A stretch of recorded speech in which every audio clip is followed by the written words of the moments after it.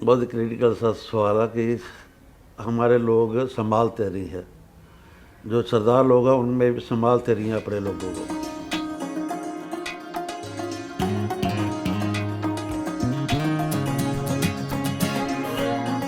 नमस्ते, मैं विक्रम गोस्वामी भारत एक खोज के आज के इस एपिसोड में आप सभी का स्वागत करता हूं। भारत भूमि संतों की भूमि है। इस भूमि पर बहुत सारे संतों ने जन्म लिया। ऐसे ही एक प्रबुद्ध और समृद्ध ऊर्जावान संत जो समूचे भारत को एक करने का प्रयास करते हैं। एक ऐसी विचारधारा जिसने समूचे भारत को एक सूत्र में पिरोने का काम किया, संत रविदास जी आज हमारे साथ मौजूद हैं।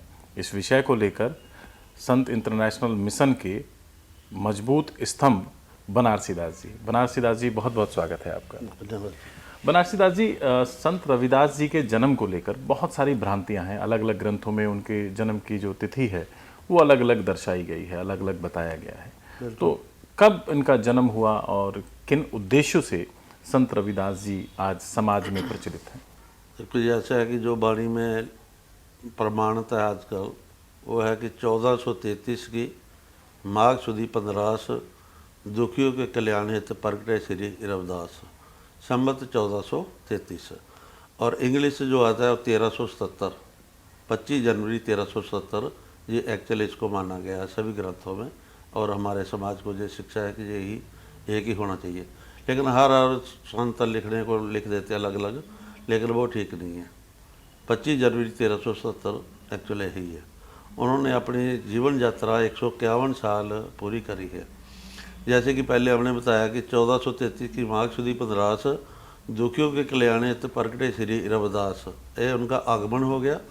और उनका ज्योति जो समाना है उसका दोहा आता उस समय का 1584, बेहोच तोड़ में भीर, जार जार दे कंचन पई, रवि राम मिल्या शरीर। 151 साल की एज उन्होंने अपने समाज सुधार के लिए लगा दी। रविदास जी का जन्म जो है वो यूपी के शीर गोवर्धनपुर वाराणसी काशी, मगर ज़्यादा जो अनुयायी हैं वो पंजाब से देखे जाते हैं, जो उनको फॉलो करते हैं उनके संप्रदाय में। पंजाब के जो संत महापुरुष हमारे जो बुजुर्ग हुए उन्होंने इसकी खोज करी है। जैसे कि रेलवे में काम करते हुए संत बंताराम घेड़ा जी हुए हैं, उन्होंने अपना जीवन इस खोज के लिए लगा दिया और उन्होंने इसका जन्म ढूंढ लिया, जन्म स्थान ढूंढ लिया। उसमें फिर छोटा मोटा एक मंदिर बनाया। उसके बाद में ये हमारे जो डेरा पंजाब का है सबसे बड़ा डेरा संत बल्ला वाला, संत सरवण दास जी, सचखंड बल्ला पंजाब, तो उन्होंने फिर इसका सारा जो भी बनाया, आज की जो अवस्था जो उनके हाथ में है सारी, तो उन्होंने इसको वो खूब सुंदर सा बनाया है। तो ये पंजाब के लोगों ने करा, इसलिए पंजाब के लोग उधर ज़्यादा जाते हैं। रविदास जी का मेन उद्देश्य क्या था? किन उद्देश्यों को लेकर, किन विचारधाराओं को लेकर उस समाज के बीच में आए और समाज को क्या संदेश उन्होंने दिए?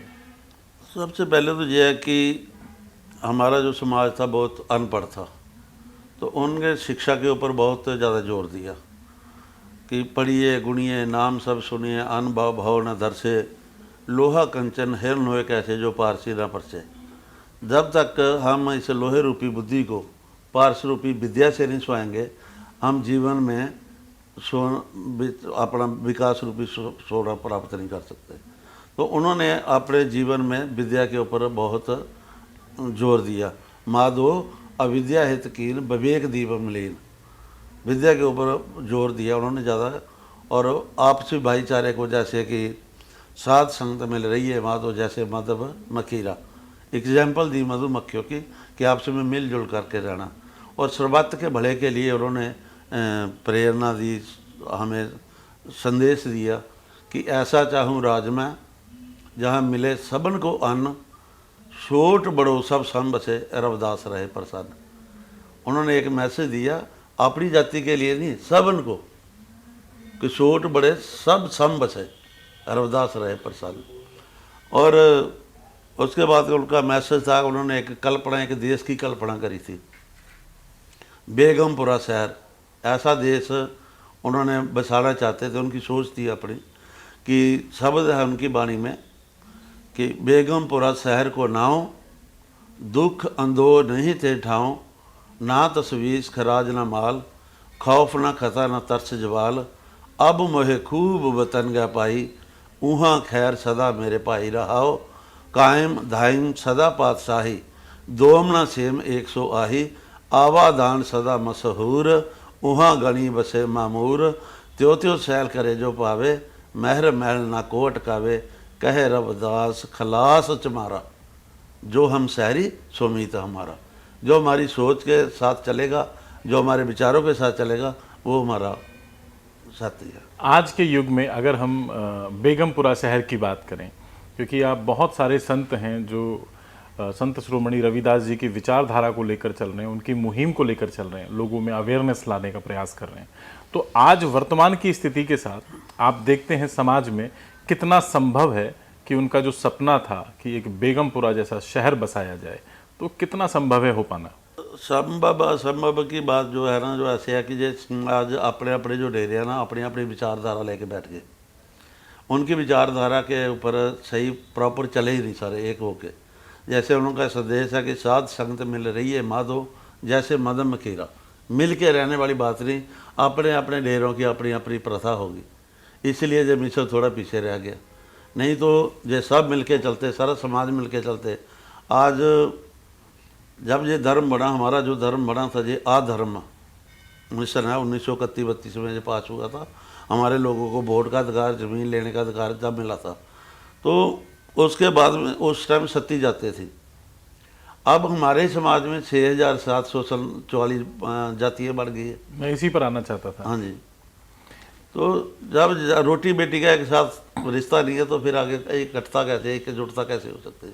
क्योंकि रविदास जी तो सबको एक करने की बात करते थे कि संतपुरा में सभी, कोई ऊंचा नहीं, कोई बड़ा नहीं, कोई छोटा नहीं, कोई नीचा नहीं, एकजुटता की बात करते थे। आज वही समाज उनको, उनका अनुयायी जो उनको फॉलो करता है, आज उस वही जातियों में विभाजित हो गया, अलग अलग टुकड़ों में विभाजित होता जा रहा है। ऐसा है ना कि आज के युग में जो है ना, माया जो है ना बड़ी महान हो गई है।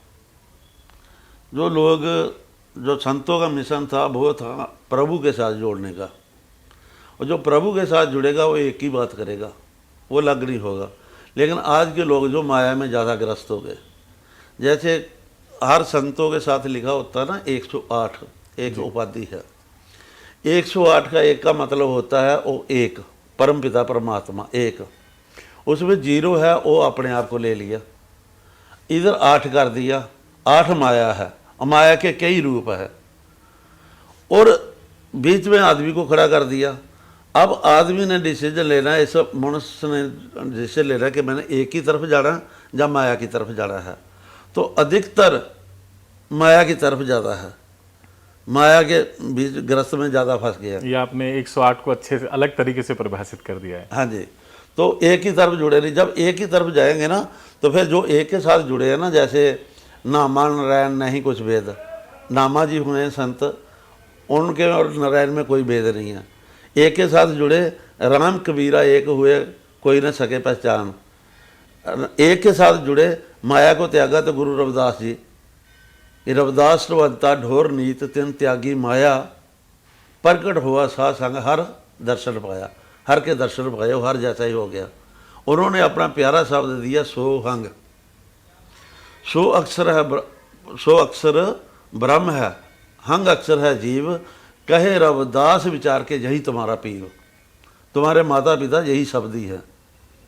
और सो हम शब्द की व्याख्या उन्होंने अपने राग श्री राग में करी, पहले शब्द में ही, जो उनके 40 शब्द साहब श्री गुरु ग्रंथ साहब में कहता, उनके उन्होंने सोहंग की व्याख्या कह, तो ही मोही मोही तो ही अंतर कैसा, कनक कटक जल तरंग जैसा, जो पे हम ना पाप करंता अहे अनंता, पतत पावन नाम कैसे हुनता रहाओ, तुम जो नायक असो अंतरजामी, प्रभ ते जन जानी जा जानते स्वामी, शरीर आराध्य मोह को विचार दो, रविदास समदल सब जाए को, कि मेरे में और तेरे में कोई फर्क नहीं है। जब उन्होंने परमात्मा के साथ जुड़े, उनकी आराधना करी, और एक में क्यों कह रहे पहचान, कोई फर्क तो है ही नहीं है।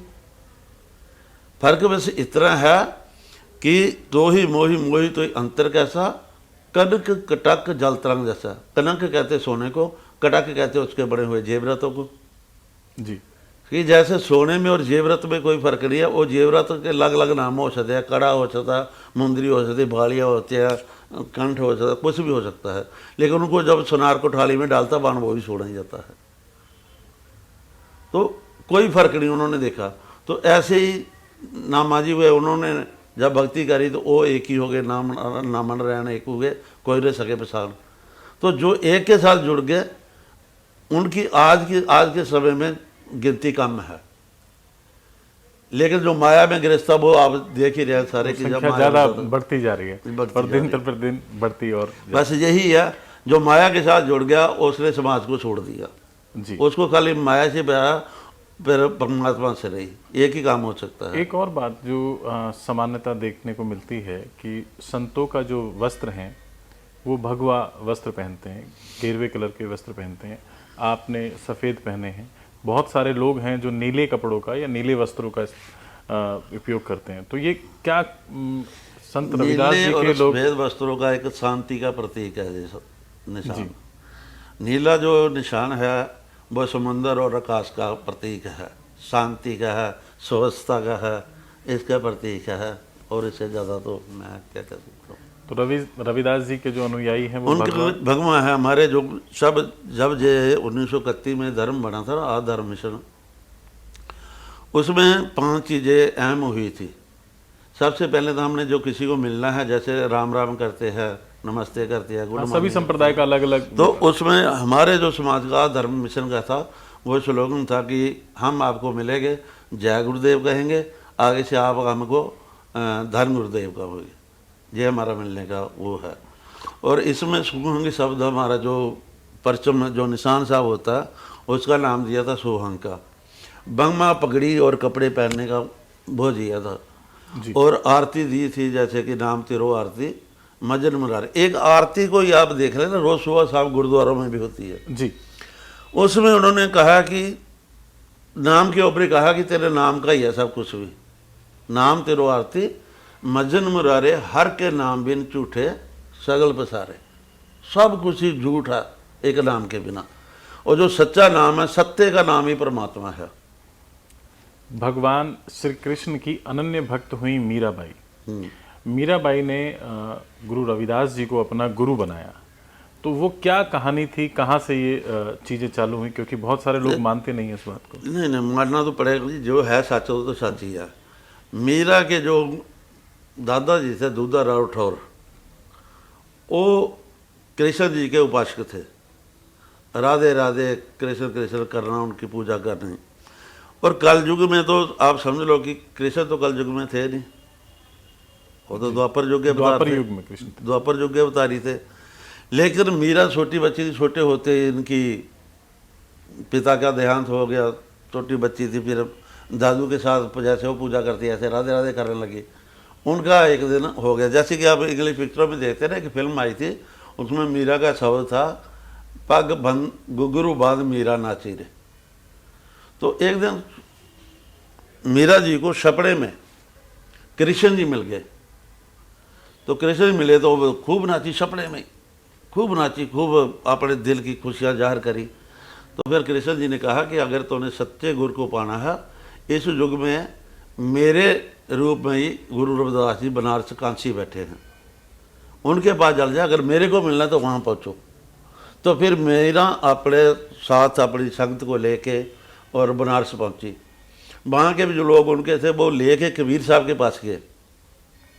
लेकिन कबीर साहब ने इतना मान सत्कार गुरु रविदास जी का करा कि जितने भी राजे महाराजे भी उनके पास पहुँचे ना, वो राजे महाराजों को किसी ने नामदान नहीं दिया, वो सीधे गुरु रविदास के पास लेके आए। नामदान 52 राजे महाराजे जो राजपूत ब्राह्मण उच्च घराने के थे, 52 राजे महाराजों को उन्होंने नामदान दिया, जिसमें मीरा भी उसी में गंत आती है। तो मीरा ने फिर उनसे नामदान लिया। दिल्ली की अगर बात करते हैं, अगर दिल्ली में इस संप्रदाय के लोग अगर दर्शन करना चाहें तो कौन कौन से ऐसे तीर्थ क्षेत्र हैं दिल्ली में? देखो, तीर्थ तो जैसे कहते हैं ना, वाणी में लिखा उन्होंने, गुरु रविदास जी ने लिखा, क्या मथुरा क्या द्वारका क्या काशी हरिद्वार, रविदास खोजा दिल अपना तो मिलया दिलदार। असल जो तीर्थ स्थान है ना बहुत अंदर है, लेकिन अगर गुरु रविदास जी की बात कर रहे हैं तो गुरु रविदास जी के 3 मंदिर दिल्ली में स्थित थे जहाँ उनके मुबारक चरण पड़े थे। एक तो ये तुगलकाबाद, चमारवाड़ा जोहड़, जहाँ गुरु रविदास जी काफ़ी समय रहे, और जहाँ एक चमार जोहड़ भी है जिसमें उन्होंने सरोवर का उन्होंने सिद्ध कर रखा था कि जो भी चर्म रोगी जीव होते थे वह स्नान करते जब उसका जल ले जाते थे तो चर्म रोग से रहित हो जाते थे। दूसरा मंदिर उनका है भोगल में, जहाँ वो रुके थे। तीसरा उन्होंने रात रुके थे करोल बाग देवनगर, उसमें देवनगर में मंदिर बना हुआ है बहुत अच्छा। तो ये 3 तो उनके अपने मंदिर है जिनमें उन्होंने खुद अपने चरण मुबारक चरण डाले थे। तो बाकी 2 तो मंदिर बहुत सारे अपनी अपनी जगह ठीक है। तो सभी अलग अलग तरीके से चलाते हैं या कोई एक संस्था इसको संचालित करती है? नहीं, चाल तो वाणी तो गुरु रविदास जी की चल रही है। पहले बहुत से मंदिरों में हमारे ग्रंथ ही चलते थे, जो साहिब श्री गुरु ग्रंथ साहब गुरुद्वारा में सुशोभित है। लेकिन 2009 का ऐसा दौर आया कि संत रामानंद जी जो बल्ला वाले सचखंड बल्ला के संत थे, प्रचारक थे, उनको ऑस्ट्रेलिया बैना में उनका ज्योति ज्योत समाना हो गया, जहाँ मार दिया, उनको कह लो शहीद कर दिया। तो उसके बाद में जो वहाँ से बड़े मंदिर से गुरुद्वारे से ग्रंथ उठाए गए तो उसमें उसके बाद में अमृत वाणी आ गई, अपनी वाणी गुरु रविदास जी की वाणी आ गई। तो अब मैक्सिमम सारे मंत्रों में अमृत वाणी का पाठ होता है। आज की जो युवा पीढ़ी है वो रविदास जी के मार्ग पर बहुत कम है। नया पैटर्न जो राजनीतिक पैटर्न है या राजनीतिक दृष्टिकोण से देखते हैं, तो आप क्या संदेश देना चाहेंगे युवाओं को जो आपके समाज से आते हैं, जो अन्य समाज के लोग भी हैं? देखो, सतगुरु रविदास जी का जो संदेश तो यही है कि पढ़ोगे तो कुछ कामयाब बनोगे, और पढ़ोगे नहीं तो फिर तो जो मंदिरों में जाओगे, मंदिरों में जाने के लिए तो जिन्हें मूर्ति पूजा का खंडन रखी है उन्होंने, तो विद्या के ऊपर ज़्यादा जोर दिया है। तो यही है कि नेक बनो, विद्वान बनो और अच्छे काम करो। रविदास जी किसकी पूजा करते थे,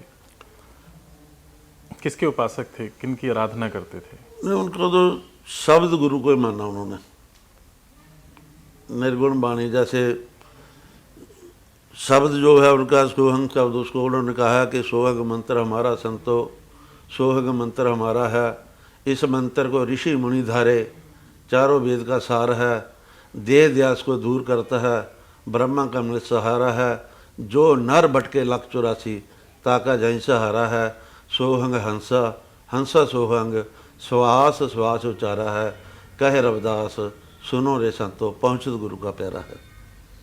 उन्होंने शब्द गुरु को माना, और वाणी आज सारी विश्व में दुनिया जो है वो शब्द को गुरु मान रही है। वाणी गुरु, गुरु है वाणी, बिच वाणी अमृत सारे, गुरबाणी कहे सेवक जन माने, प्रतख गुरु निस्तारे। देहधारी गुरु को उन्होंने नहीं माना, शब्द गुरु को माना। अगर मैं बात करता हूँ आज जिस तरीके से युवा, क्योंकि मैं स्वयं भी युवा हूँ और मैं देश की राजनीति को बहुत नज़दीकी से देख रहा हूँ, महसूस कर रहा हूँ। देश का युवा जय भीम जय मीम के नारे लगाता है, वो संत रविदास जी की बात नहीं करता, वो युवा आज वाल्मीकि जी की बात नहीं करता। मतलब ऐसा नहीं है कि बिल्कुल नहीं करते, मगर जो जिनके सिद्धांतों पर, जिनके आदर्शों पर चलना चाहिए था, वो कहीं ना कहीं दिशा भ्रमित हो रहा है। ऐसा आपको लगता है या नहीं? देखो, ऐसा जय भीम जो मिशन निकला है बेसिकली है तो गुरु रविदास जी का मिशन ही। जय भीम वाले स्कूलों के बाहर लिखा होता है कि पढ़ो, जुड़ो, संघर्ष करो।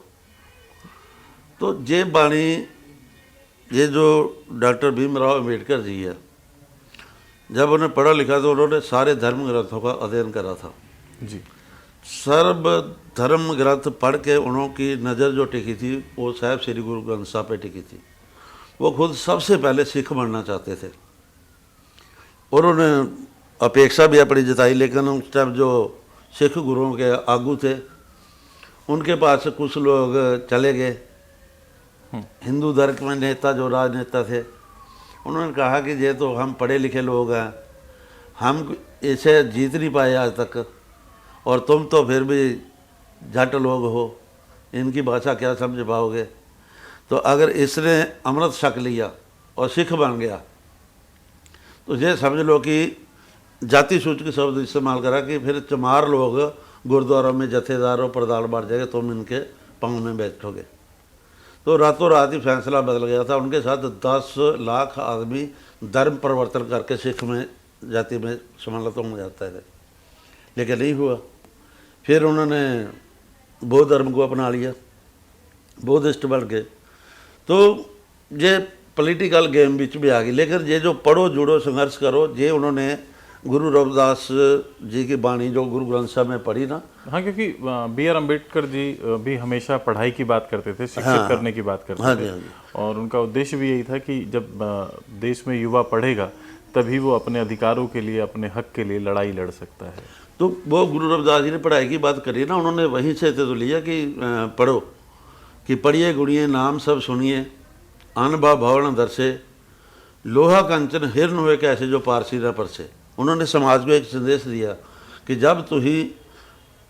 जब आप लोग पढ़ाई नहीं करोगे, विद्या के साथ नहीं जुड़ोगे, तो ये तुम्हारी लोहे रूपी बुद्धि जब तक पार्श रूपी विद्या को छुआ टच नहीं करेगी, ये जिंदगी में तुम्हारे को विकास रूपी सोना पैदा करके नहीं देगी। तो पढ़ो, पढ़ाई पे जोर दिया। और दूसरा उन्होंने जो कहा कि जुड़ो और संघर्ष करो, उन्होंने एक ही शब्द के 2 शब्द लिख दिए।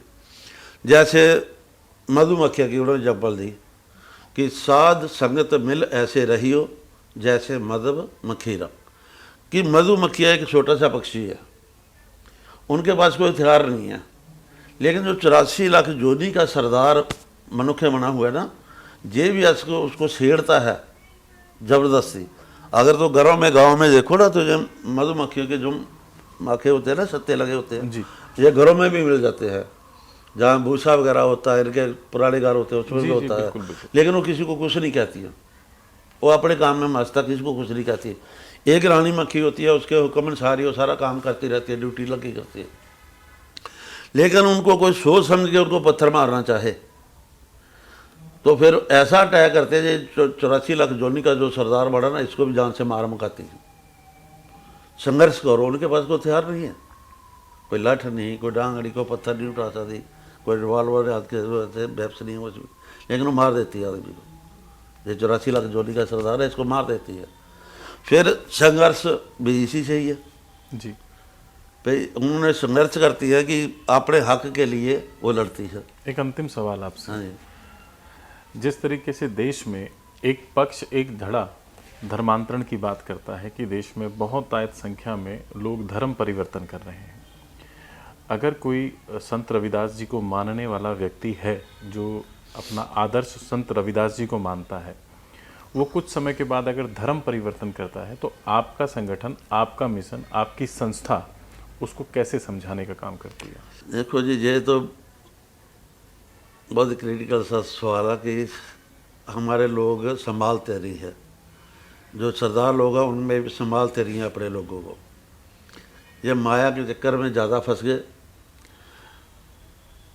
सरदार लोग हैं, हमारे लोग हैं, वो मजबूर हो के उनको इधर जाना पड़ता है कि ये लोग हॉस्पिटल बनाने की ज़रूरत है, आज उस पर जोर नहीं दे रहे, शिक्षा की तरफ जोर नहीं दे रहे। ये जो राजनीति पॉलिटिकल जो गेम है, गांव में देखो पंजाब में 5-5 किलो अनाज दे देते हैं पॉलिटिशियन, और उन किसी काम में ला देते हैं। चलो एक आदमी के लिए 5 किलो अनाज है, वो बस उसी में चक्कर में रहता है कि मुझे क्या जरूरत है कमाने की, मेहनत तो करता नहीं है। आखिरकार जब ब्याह शादियों के बच्चों के देना आ जाते हैं तो उनकी कोई सहायता कोई नहीं करता, उनको हरामी बना रखा। वैसे ही काम तो कोई करना नहीं, अनाज फ्री का मिलता। ऐसा नहीं चाहिए, उनको विद्या चाहिए, वो अपने आप ही अपना रोज़गार ढूंढ लेंगे विद्या से। उनको मेहनत चाहिए, सब कुछ चाहिए। उनको 5 किलो अनाज फ्री का नहीं चाहिए, उनको इलाज चाहिए फ्री का। अगर बीमार पड़ जाता, आज लाखों, आज हॉस्पिटल में क्या है, टारगेट चलता है, उसमें डॉक्टर की तनख्वाह नहीं चलती, टारगेट देते हैं डॉक्टर के, टारगेट है इतने प्रेशर करने हैं तो करने हैं उसने। अब पहले किसी समय में डॉक्टरों को दूसरा परमात्मा कहते थे, लेकिन आज बिजनेस है ये सारे। तो ऐसी सुविधाएं लोगों को चाहिए। 5 किलो अनाज से क्या है, वो नहीं चाहिए। तो ये इस वजह से लोग परिवर्तन कर लेते हैं। हमारे पंजाब में बहुत से ये क्रिश्चियन लोग, उनको बिजनेस देते हैं, उनको रहने की जगह देते हैं, उनको काम देते हैं, वो लोग परिवर्तन कर लेते हैं। अगर यही हमारे जो धर्म गुरु हैं वो सोचे, इनको कोई विधवा जनानी हो जाती है, उनके पास बच्चे होते हैं 2, उनकी परवरिश के लिए, उनको पढ़ाई के लिए कुछ करे, या उनकी सुविधा ले ले भी, चलो ठीक है हम इनको लेते हैं, गोद ले लेते हैं जैसे, तो फिर आगे अपने आप ही रुक जाता है। क्यों जाएगा फिर, धर्म परिवर्तन क्यों करेगा? जब धर्म गुरु ही कुछ कर नहीं रहे उनके लिए, तो उनको मजबूरी में जाना पड़ता है। बड़ी बड़ी गोलकियाँ गुरुद्वारा में 3 टाइम बैंक में पैसे जाते हैं ट्रांसफ़र होने के लिए, इतने इतने पैसे हैं मंदिरों में। लेकिन जो वाणी में कहा है, जो गुरुओं ने कहा कि गुरु की गोलक गरीब का मुंह, तो गरीब के मुंह में तो जा नहीं रहे, इनके पेट नहीं भर रहे, तो फिर वो धर्म परिवर्तन ही करेंगे, क्या करेंगे फिर? मरता क्या नहीं करता। बहुत बहुत धन्यवाद बनारसी दास जी, आपसे बात कर संत रविदास जी के बारे में जानकर बहुत अच्छा लगा। मुझे उम्मीद है हमारे दर्शकों को भी वो जानकारी मिली होगी जो लोगों के मन में जिज्ञासा रहती है, प्रश्न रहते हैं कि संत रविदास जी को समझें, उनके विचारों को समझें। अगली मुलाकात किसी और शख्सियत के साथ, तब तक के लिए प्रणाम।